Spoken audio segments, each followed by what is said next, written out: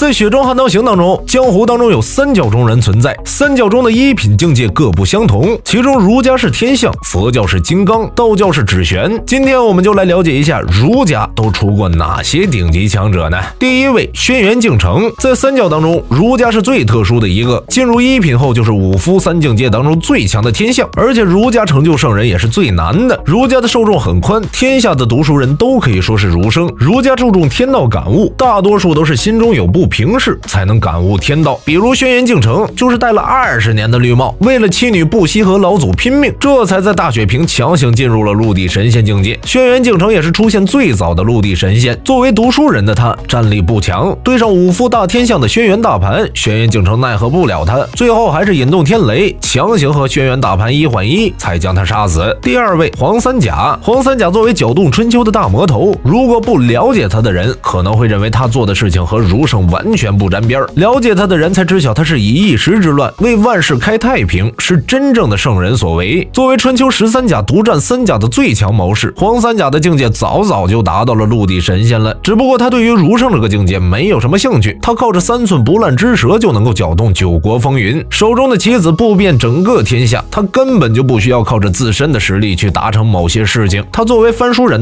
黄三甲知晓历史的走向，知晓后面徐凤年的命运。只不过搅动春秋的他心中也有在乎的东西，那就是如他女儿一般的呵呵姑娘。为了呵呵姑娘，他为徐凤年逆天改命，进入了儒圣境界，帮他补齐了儒家的气运，让他成就三教圣人，这才和王先知的战斗中艰难取胜。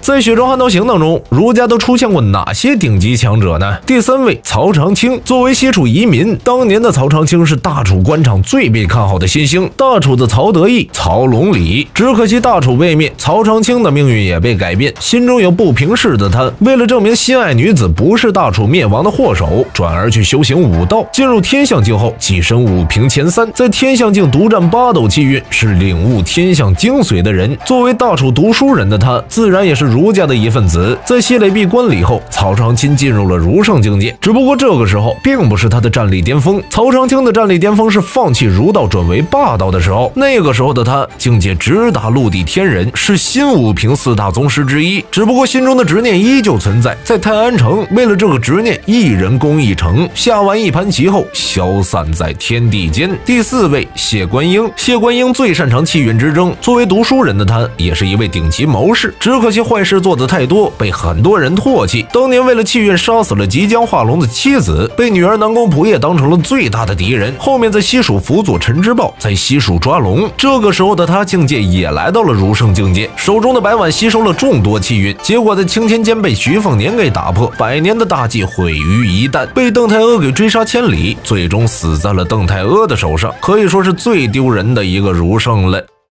在《雪中悍刀行》当中，三教中人的一品境界各不相同，儒家是天象，佛教是金刚，道教是指玄。今天我们就来了解一下儒家都出现过哪些顶级强者呢？第5位，陈之豹。陈之豹大概是最不像儒生的一个儒生了。作为枪仙王秀的弟子，一开始陈之豹走的是武夫路子，只不过后期的他野心很大，成为蜀王后，陈之豹在谢观音的辅助下，在西蜀4处抓蛟龙。他本可以成为武夫地仙的，只不过他还想成为三教圣人，所以在龙树僧人圆寂后，谢观音给他承接了龙树僧人的气运，加上他也算儒将，于是便成就了儒圣境界。后期其余的气运也补全，成为了三教圣人。只不过他的境界并没有发挥出很大的作用，在最后的2蟒大战中，陈之豹失踪了，就此再也没有出现过。第6位，张扶摇。这一位可以说是最强的儒圣了，作为初代圣人，掌握了儒家800年的气运，这也是为什么后世儒圣难成的原因。气运都被张扶摇一人占完了，不过他独占气运